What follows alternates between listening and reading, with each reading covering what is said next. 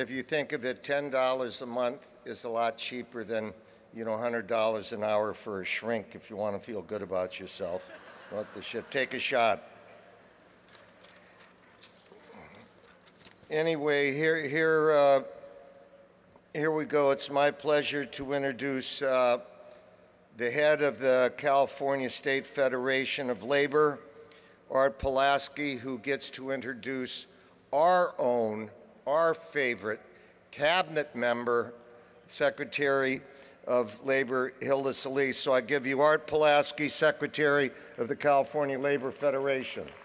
1, 2, 3, 4, let's go! This is a union town, all down the line. This is a union town, all down the line. And if they come to strip our rights away, we'll give them hell every time. Thank you, John Burton.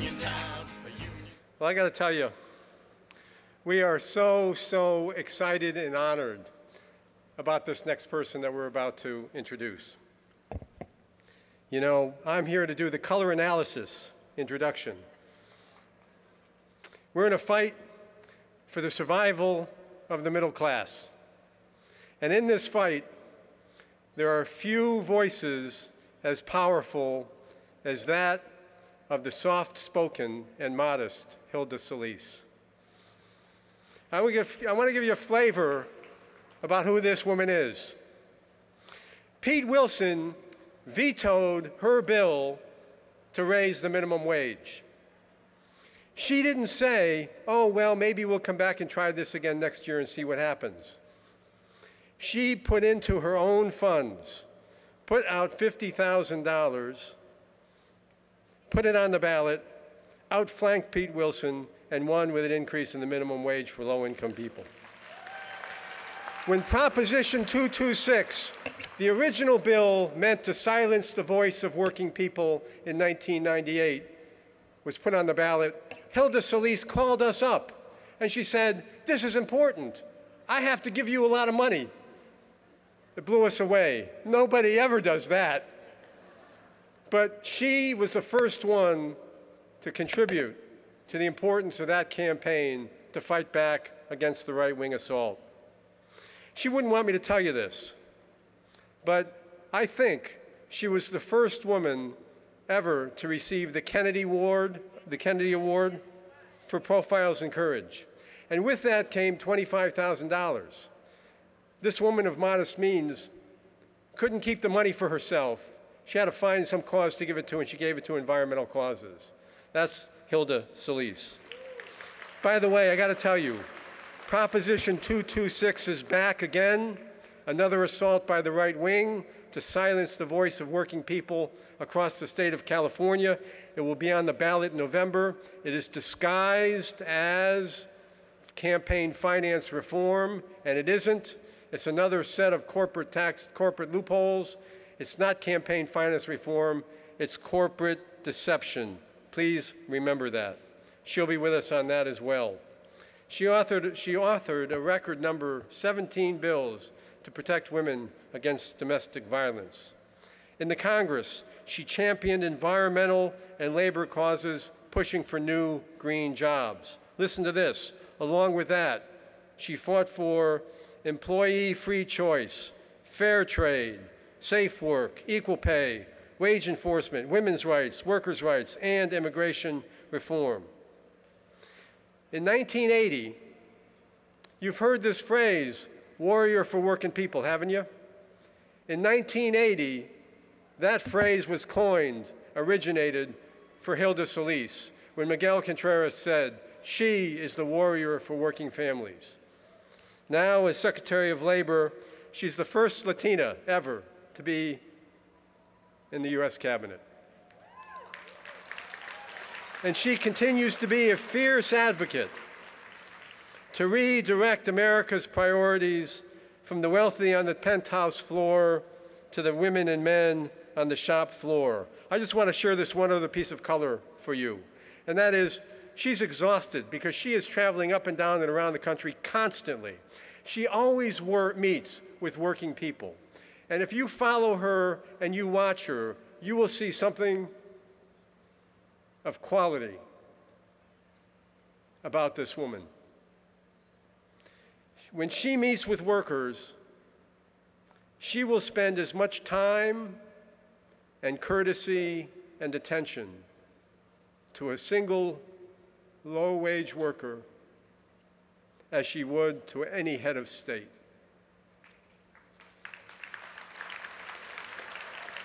She's our daughter of California. She's our profile in courage. She's our champion of the middle class. She's our warrior for working families. Now she's in the cabinet. Please give a warm welcome to our hero, Hilda, Secretary of Labor, Hilda Solis. R-E-S-P-E-C-T, find out what it means to me. R-E-S-P-E-C-T, take out T-C-P. Sock it to me, sock it to me, sock it to me, little respect. Sock it to me, sock it to me, sock it to me. Little bit, little respect, just a little bit. I'll get tired, little bit. Keep on trying, just a little bit. You're running out of food, little bit. I ain't lying, just a little bit. Please don't leave me alone. Good afternoon, everyone. Hello, fellow California Democrats. Are you in the house? All right. Thank you so much, Art Pulaski, very good friend that I've known for many, many years. I want to thank him for that wonderful introduction.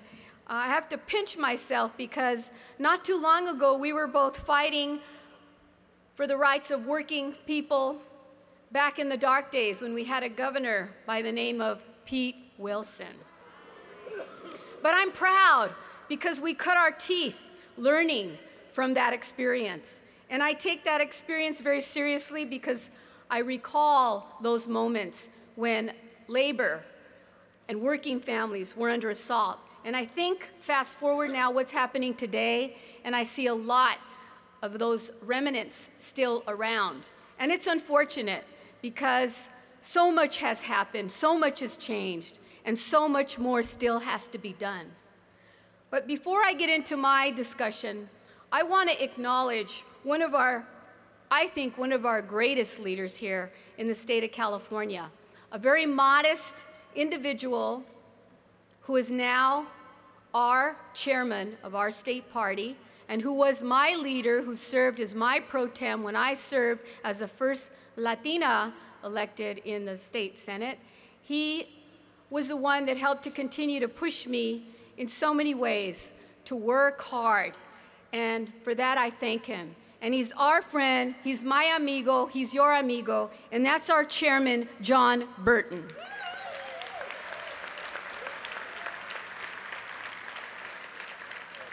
I want to just say it is a delight to be here with all of you. It really is comforting to be home in a place such as our beautiful state of California and here in sunny San Diego. I don't care what anyone says, it's a lot brighter here in California than it is in Washington, D.C. these days. And it's been some time since I've been here. I think the last convention was about 5 years ago. But now, fast forward, it's 2012, and the year is already off to a quick start.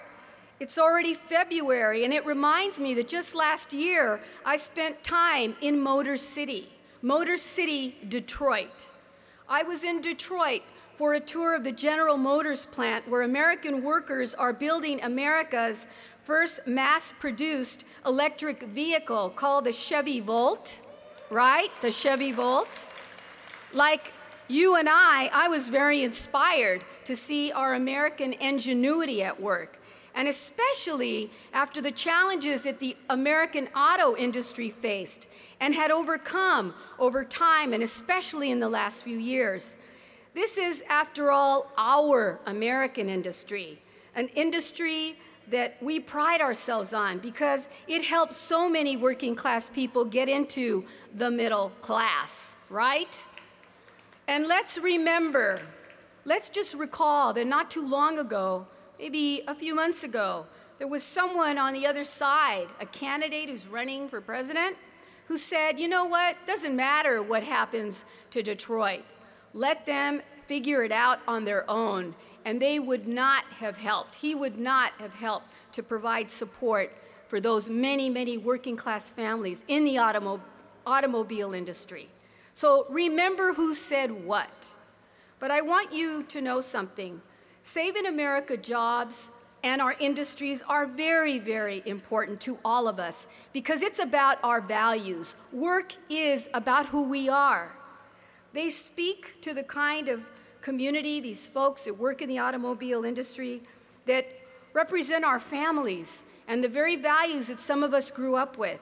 And I think that when I look at those automobile workers that I had a chance to meet and shake hands with that just got back on the job because we were able to help provide funding and support and retool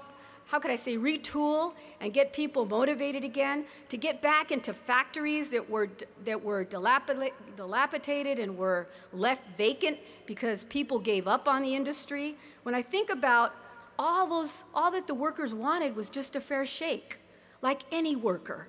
They wanted to be treated with dignity, with respect, and they wanted to be a part of the union, the United Auto Workers, and they wanted to continue. Yeah, you can clap. It's not a bad word. To be a part of a union is not bad. And it's about our families. That's what unions represent. And that's what draws me to my own family. Because some of you know, my parents came to this country with that ideal, that American dream. They found each other. They both came as immigrants from different parts of Latin America. They settled down in Los Angeles, and they raised 7 kids. But they made very clear why they came here and what they wanted for their children. A better America, a better opportunity, so that they too and us could have a fair shake. My father at the time took many different types of jobs. I remember he was even embarrassed to share some of that. You know, he worked in the fields as a farm worker. He worked at refineries. He worked also as a teamster, very proud teamster, a shop steward who organized immigrant workers way back when I was a kid. And he fought for them because he wanted the same things that every other worker wants, protection and safety in the workplace. The work that he did was very dangerous along with his colleagues, but he knew what it meant to have safety and protection, making sure that you also had a pension plan, retirement, and, God forbid, health care for his family. That meant so much. And all of those things, the way I recall reading history, are a part of who we are as Americans. So when I think about what my father and what the auto workers went through, I think about unions. I think about all the many struggles that they have gone through, that they have done for us. And I'm reminded also about my mom, who spent time working in a toy factory. I won't even mention the toy factory because they're no longer doing a lot of business in our country. They outsourced a lot of their jobs. But she was a proud member at that time of the United Rubber Workers. They're not called that anymore. They're called the United Steel Workers, okay? Yeah, and they're a good group of people. And I see commonalities with what those struggles were for my parents and what the auto workers and other union members have had to struggle for on behalf of all of us, because whenever unions get together, they're not just there to protect the union member. What they do is help to bargain for better wages, working conditions, and all the things that we know and sometimes take for granted. But this thing I do know is that when they fight for better wages, those people that aren't represented by unions get that benefit as well. And we need to remind people that what they're fighting for at the very core is the middle class, is to make sure that we don't allow businesses to take advantage and race to the bottom in terms of those wages and somehow make it right that you can have exorbitant profits at the top. The stockholders could make all that money, but forget those very people at the bottom that made the difference, that came in and showed up every single day and worked overtime and sometimes worked their fingers to the bone. And shame on those corporations that somehow forget who makes them wealthy and who makes them somehow a standard bearer in our society because of their wealth. But they don't always share that wealth. And sometimes I think back, we can't afford to go back to the 1920s and the 1930s. That's not what our young people, that's not what you, the middle class, that's not what our grandparents, our parents fought for. We all fought for something better in this country. And I have that dream that we can continue to see that. But we have to continue to work together, because right now, brothers and sisters, our unions are under assault. Working men and women are under assault. And I can tell you very clearly that I've seen it in my travels around this country. And all I have to do is point out some of the states that I recently visited and where you thought, because of the election of new Republican governors, that somehow we were going to lose and we were going to sit down on our hands. Well, I know that wasn't the case in Wisconsin. I know that wasn't the case in Ohio. I know that wasn't the case in Florida. So mind you, governors out there, the union movement and working class people are alive and well. And we know how to get out there, organize, and we know how to put petitions together. And we know how to recall people when they don't listen. And you know it best. This party knows it best. There's going to continue to be a debate about that, because there's a lot of corporate individuals around this country that think that they could somehow fund campaigns against unions, against public sector employees, against workers overall. And somehow, while we've been able to beat that back in these other states, now they got their eyes focused on California. And you heard a little bit about that from Art Pulaski, that somehow we're seeing a resurrection of an initiative to come out to somehow preclude unions from having their members pay into their membership. That somehow they can't do that. They want to say that that's not fair. The corporations want to say that. But they are putting up this initiative to say that it's all going to be done in fairness.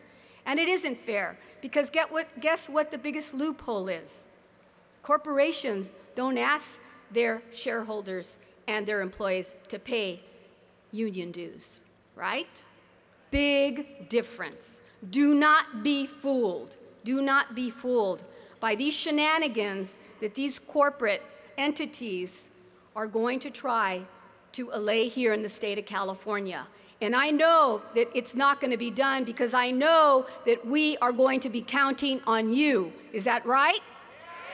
We have to count on our brothers and sisters that I know are in this room here today. And the ones that I want to call out that I know are going to be on our side, helping us, because they've done it well to combat these other initiatives in the past. I saw it myself some years ago when we fought for the minimum wage, when we fought for justice in the streets for so many people. And the folks I'm talking about are in the room. First of all, I want to acknowledge the auto workers, the United Auto Workers. Are you in the house?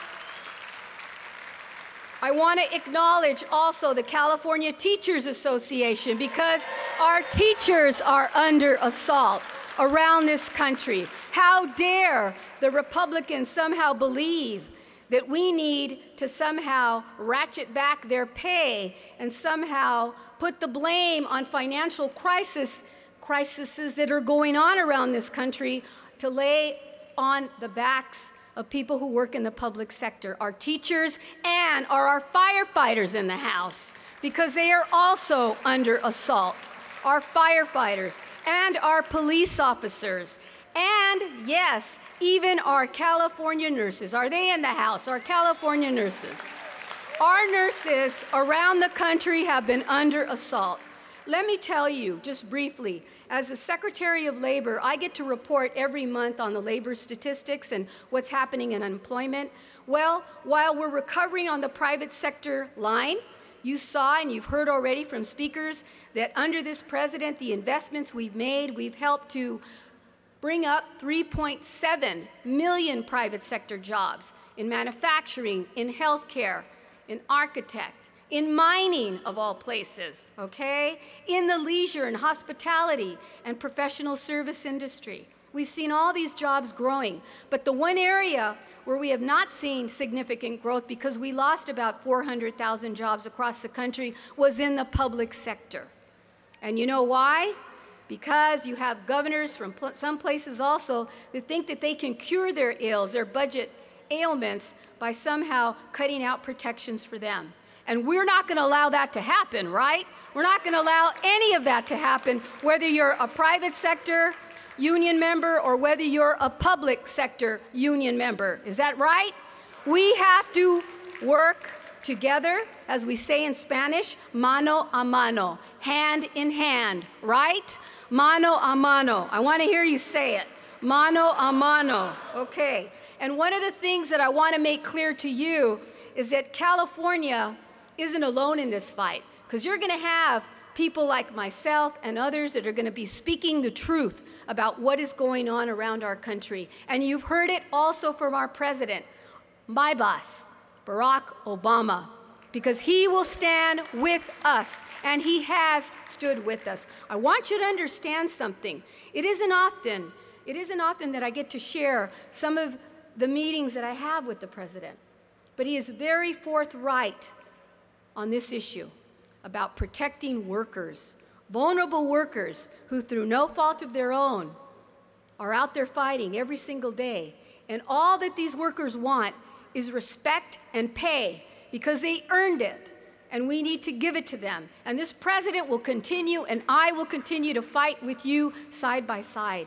And I want to know that you're also with us, because we're going to work with you to see that these kinds of initiatives are not passed, and that we get good people represented in the House of Representatives. We have to restore respect and democratic leadership in the Congress. We need to put Nancy Pelosi back at the helm. We started on a good path, and we cannot afford to go back. And we need to make sure that we do not lose the Senate, because the Senate, in fact, right now is our backstop, the White House and the U.S. Senate. Thank God. However, we know that there's a new crop of people on the other side that got elected just last fall. And you know why? You know what happened? A lot of folks stayed home. They stayed home. And to me, now we know that we can't afford to do that. And we've learned our lesson, right? We learned the hard way, because it got tougher to get good things done in government, not just in Washington, D.C., but around different states around this country, like Wisconsin, Ohio, and Michigan, and Florida. And now you got people that are poking their eye over here, looking at us in California. And we're not going to let that happen, because we are going to get good leadership restored. The American public, independents, Democrats, and others are going to come home, and we're going to make that difference. And I want to be able to say to you that we are going to continue this fight lock and step for the remainder of this year. And we cannot do it alone. This president cannot do it alone. You've already seen he's tried to meet them halfway, more than halfway, and what happens? They try to knock him down, right? They want to take away our health care reform. They want to take away our ability to extend unemployment insurance for people who earned that unemployment insurance. That is not a welfare check, folks. People have to pay hours into that, and that money is owed to them. And we need to extend the payroll tax. And you might say, the payroll tax, that means $1,500 in your pocketbook, on your friends and your family, that's going to get spent right away, right back in your communities.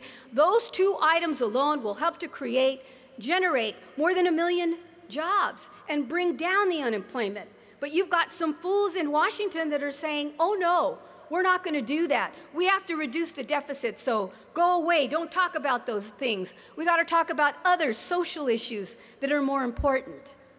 I can't think of a more important social issue than keeping people out of poverty, than keeping them from being homeless, than making sure that we don't tear families apart, and making sure that we support the middle class, and that we tax the very wealthy that can't find it in their hearts in some way to even pay 15% of their corporate tax bill that they should be paying, while secretaries, garbage collectors, and other people have to pay 30 and 35% higher rates in taxes. That is an unfair system, and this president wants to level the playing field. So make no mistake about it.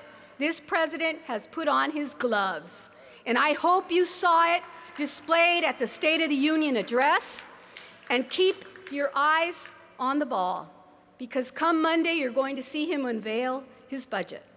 And you will hear a lot of good, exciting things that are going to be in that budget, one of which is going to be in my area. And it's going to be about reinvesting dollars in education, in workforce training, and helping those people that have exhausted their unemployment insurance, and helping those people that can't get a job that have been out for 6 months, or just because you're over 45 or 50 years of age, an employer won't even bother to pick up your resume. These are the things that we're fighting for right now, and we're going to continue to fight for them. But we need your help, and we need your help now. So I would ask you to continue to work as strong and hard as you can, and to make sure that your voices are always heard. And the best thing I can tell you is, and you know this as well as I, the best energy that we can bring to our party is people energy. And that means getting out there, phone banking, knocking on doors, emailing, Facebooking, working through internets to reach every single person.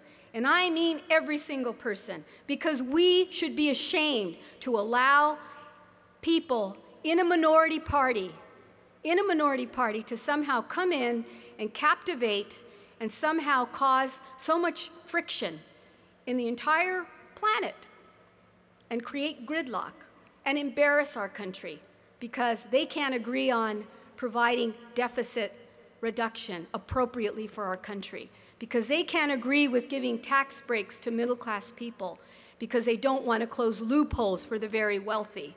And they don't want to talk about poverty because those people already get taken care of. I don't know what world they're living in, but I know the world I live in, and you are a big part of it. And the president knows that you are a big part of it, and you are also a part of the solution. So I want to remind you that we've got a lot of work to do, and I am going to be fighting from now until after the election every single day to do as much as I can. And I want to ask you to just do one more thing. I want you to say that you'll help us first defeat this horrible initiative that's going to be presented by some of our corporate folks in this state and outside that are going to want to try to push back on unions and our union voices. And union voices are middle-class voices. So number one, are you going to help us with that? Are you going to help us fight that? We're going to put up an initiative process of our own, and we're going to ask you also to gather up signatures and help us fight it. But to be more pointed, we need you to be a part of the movement. So can we count on you? And are you fired up? Are you ready to go? And we leave no prisoners behind. And we are going to take back the House, we're going to secure the Senate, and we're going to keep the White House where it ought to be, in the safe hands of President Barack Obama.